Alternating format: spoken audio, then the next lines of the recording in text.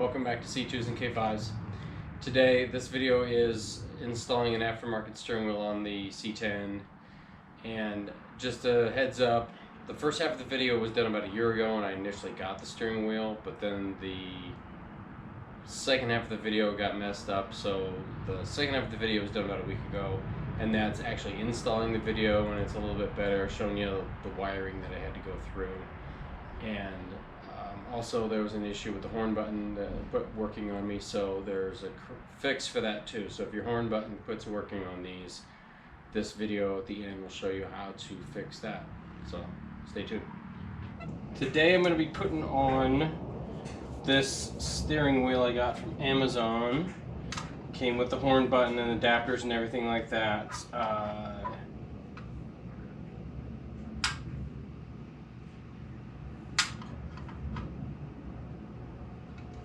There we go. I got this steering wheel for the Chevy C10. Just came in Amazon today. It came a little early actually. It was kind of nice. It said it was supposed to be here till like the 13th. So it was like $215 with tax and everything like that. But it came with the adapter and the wires, the adapters, the instructions, and all the mounting hardware, and then the horn button in there. In fact, there's like 2 sets of the ground and the power wires for the horn button itself. I was looking this up and it comes out, it says 70 to 73 C10, which I'm not quite sure why, because it would think it'd be 67 to 72s and then 73 to whatever, 87, because those are a little different. Maybe they changed it, I don't know. But anyways, I already put it together. It came with these Allen head screws, because this plastic, it's kind of vinyl wrapped, but this is 2 pieces. This piece is separate from the front, so you have to screw that together. There's your horn button, and of course those match up. It came with the adapter, that cover plate, and then this adapter and all the bolts, and I got a little confused here, so I kind of want to make a video anyways, just to show you stuff that we're doing to the truck anyways. I was thinking, because this has got those teeth in there that are going to bite down on the main column in there, the one that you put the nut on, and I was thinking it should have been going in here, and for some reason I thought maybe it was wrong, but I figured it out, because this is going to get bolted down like this, because there's your thing for your horn wire button.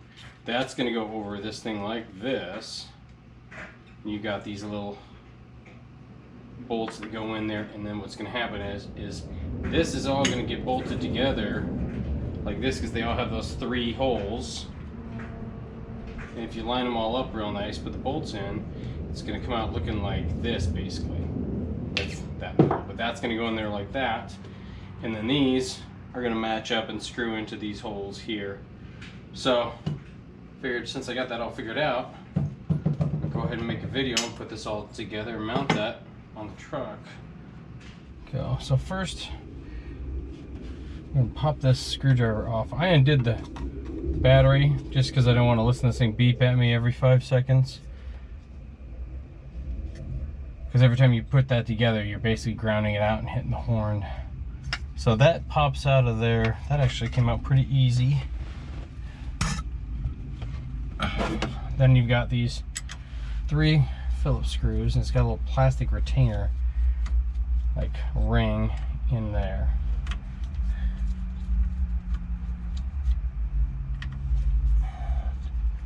That should all come out there.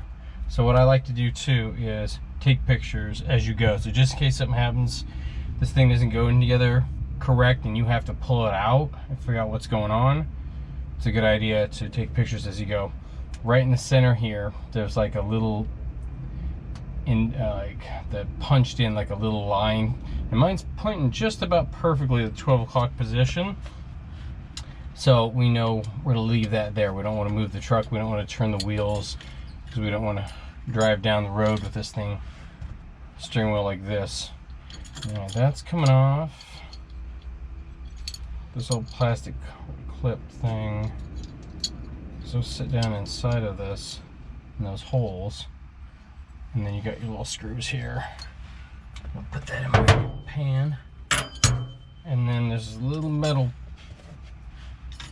clip here that's, I think that's part of the horn.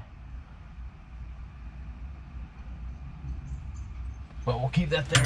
I'm gonna go grab my wrench. I'm pretty sure that's a 3/4 inch, so I'm gonna grab that. I'll be right back. You could use an impact wrench if you want to, because sometimes you kind of have to pop that thing loose. But I had this off the other day because I was trying to fix the horn. And then you also save from smashing your knuckles. So 3/4 inch nut on here.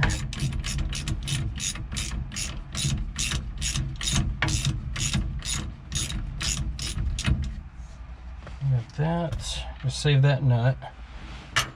And then there's kind of like a washer that goes with that. Then I got this steering wheel puller from AutoZone, and I don't have anything to do with AutoZone or O'Reilly's or whoever. It's just because there's one super close to my house. I don't know how O'Reilly does it, but I'll say this is AutoZone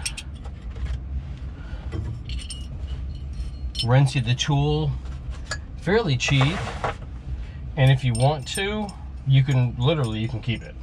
They don't fuss or stress out about it. So this thing does have the correct size bolts, but I had to buy longer ones for the Corvette. So there's 2 holes side by side. One did the steering wheel and the turn seals on the Corvette. So what I do is I get this thing ratcheted in here, just about as far as it'll go, because you don't want to go just a couple threads. You want this thing like all the way in. This piece, I think, is going like that, because we have to do, I think I skipped this last time. I just have to get one in there like that, and then get this one threaded in there. Make sure you don't cross thread them. Get that bolt in there too. Get it right to where you need it.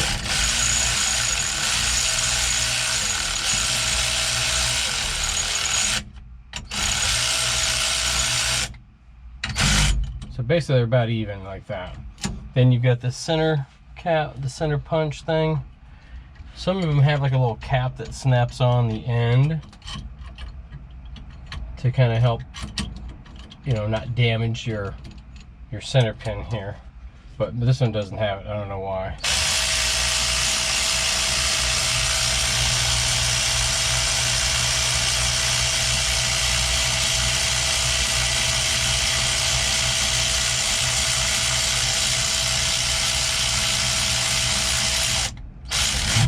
So we're going to get it down to that center pin, the threaded one that the nut threads onto.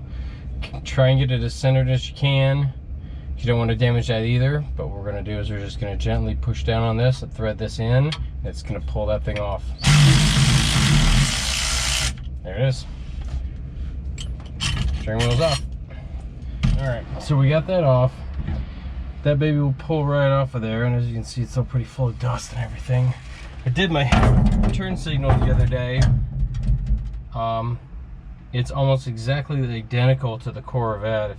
I probably should have made a video on that too, but I didn't. But anyways, horn canceling ring is right there. That needs to stay on there because this center ring makes contact with that, and then that pushes in there and that makes that contact. So this is gonna can kind of go wherever you want it. It doesn't really matter what orientation it's in, but basically it's gonna be like that. So we've got it all off. Basically, I'm ready to put the new steering wheel on, so let me go grab that new one.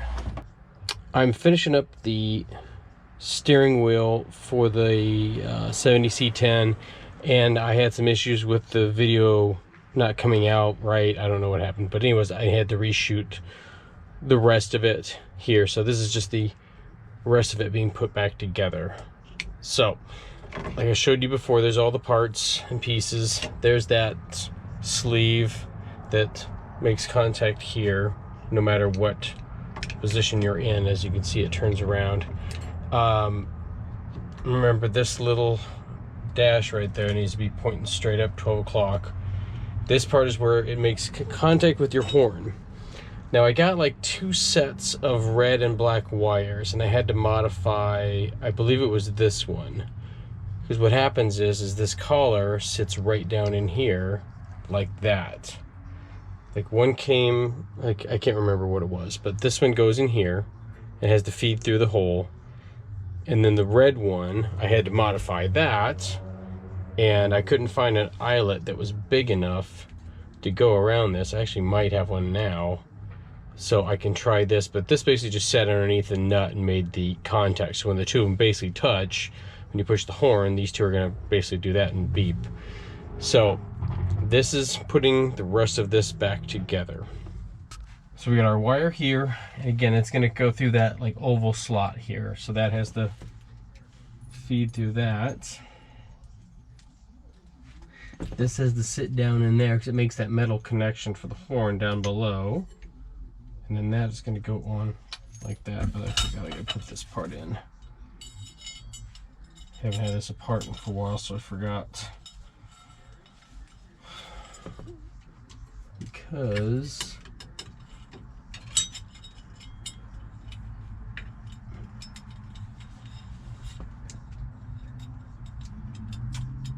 that has to go across there. Come on.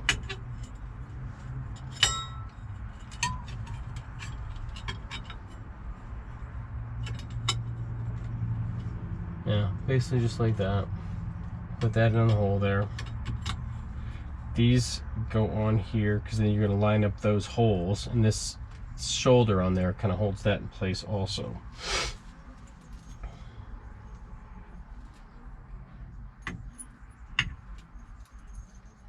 Now this big old bracket's going to go over the top of it there, and then you've got your 3, I think it's 7/16 bolts that are going to go on there. So let's get one started at least so this thing doesn't fall down on me.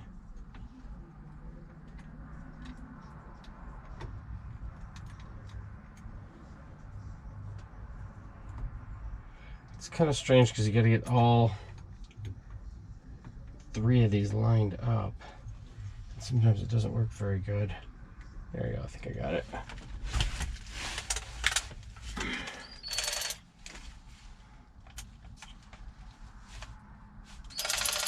Yeah, that's 7/16.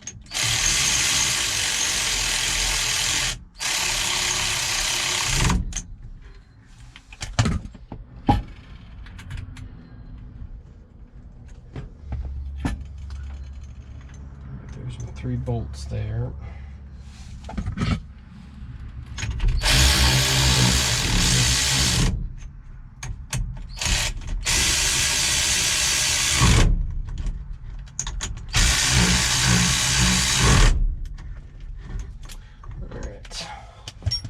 Keep that on there. So that's all going to go together. Then this is the nut and washer that are going to go on here, and I had to put this through here. And now this thing had come undone, so I'm going to try and find a lock washer real quick to go on there, because this nut had starting to loosen and this thing was kind of wobbling like that. So I'm going to go grab or try and find a lock washer, some Loctite. So I couldn't find a lock washer long enough, and I couldn't find an eyelet that was big enough. I know that's kind of white trash, but it works, and it stayed in there. So we're gonna try some high strength Loctite and go from there. Hopefully that'll work.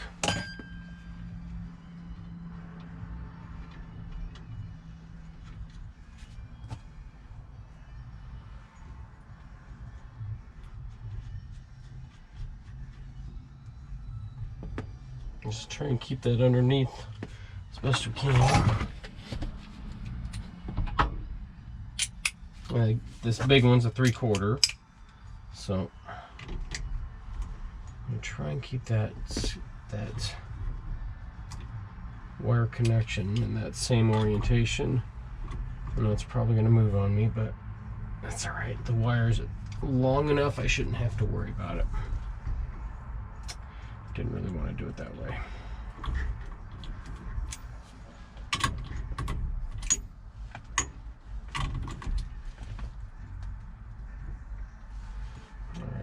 Let's try holding it.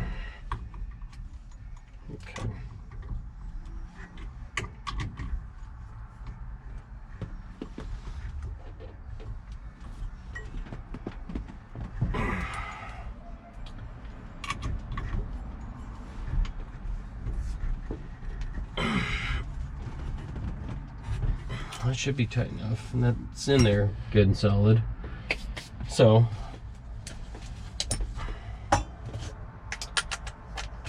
my small bolts are in there tight. I got my 2 connections. So let's try this again real quick. I gotta rehook the battery.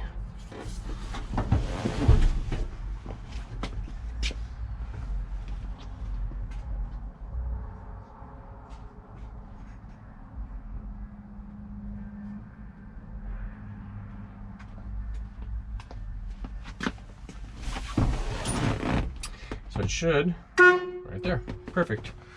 Hopefully my horn button is still functioning.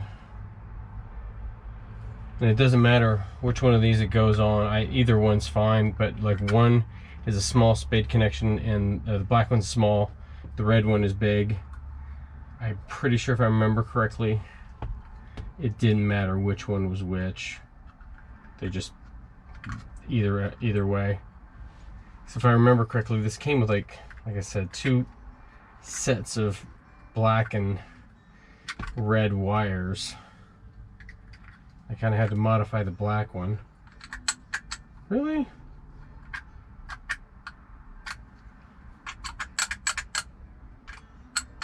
That's awesome. Maybe my horn button's the problem, because otherwise this thing should work. Because you saw,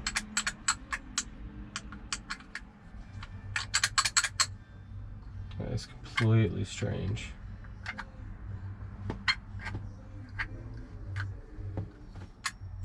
Well, that's garbage. No, it's not that. Right, yeah, that's gonna keep doing that, isn't it? Alright.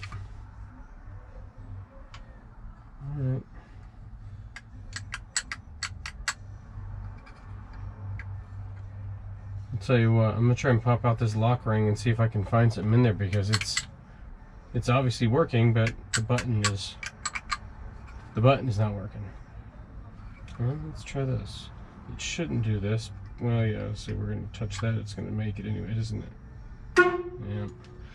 Okay, well, we'll try and take this apart and see if we can figure out what's wrong inside here. Alright, so I figured out what our problem is. I was getting ready to try and return this to Amazon, but of course it's been way too long and they're not going to return it. So I ended up taking this snap ring off of here and looking inside of here, and basically there's just this plastic piece with the metal connections on the other side. There's just like a little flapper that when you push this button down, it basically makes these two connect. Same kind of thing. There's a spring in there and there's a little plunger, plastic plunger on the back side of this. So when you do that, it makes that connection. This plastic piece, I'm guessing, I don't remember, but it should be, I'm guessing it should be flat, because mine was pretty bowed out, like it was very, whatever the word is, concave or convex, whatever. It had a big lump to it, and I'm thinking to myself, like, that's not making the connection. So I heated this up with a heat gun, got it to kind of flatten out. Now it works. I checked it with my multimeter and it is working properly. So my guess is this: it's got spring tension, so it's pushing out. So the Arizona summers must just be getting this thing super soft, and then that spring is pushing it out. So eventually it probably just got to a point where it just bowed out enough and then wouldn't go back in, because you could push it down and it wouldn't make a connection or anything. But we got it fixed, so finally we can finish with this video. So I'm going to put this back in the car or truck, test it out, and make sure everything's working correctly. Alright, so we're going to double check this again before we plug everything back in and put everything back together. We'll test it once more. There you go, horn works, perfect. So let's get this thing all back together. And the worst part is lining up all these wires like this. And then we gotta line up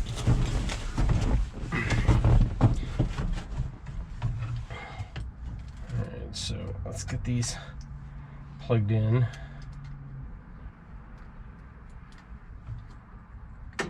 Yep, there we go. So, gotta get these wires. I kind of gently twist them in so they go in there and sit down where they're supposed to, so they don't get smashed in the back or pinched.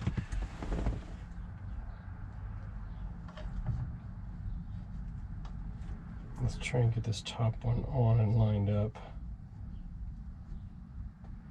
because we'll line up the wheel and the horn button.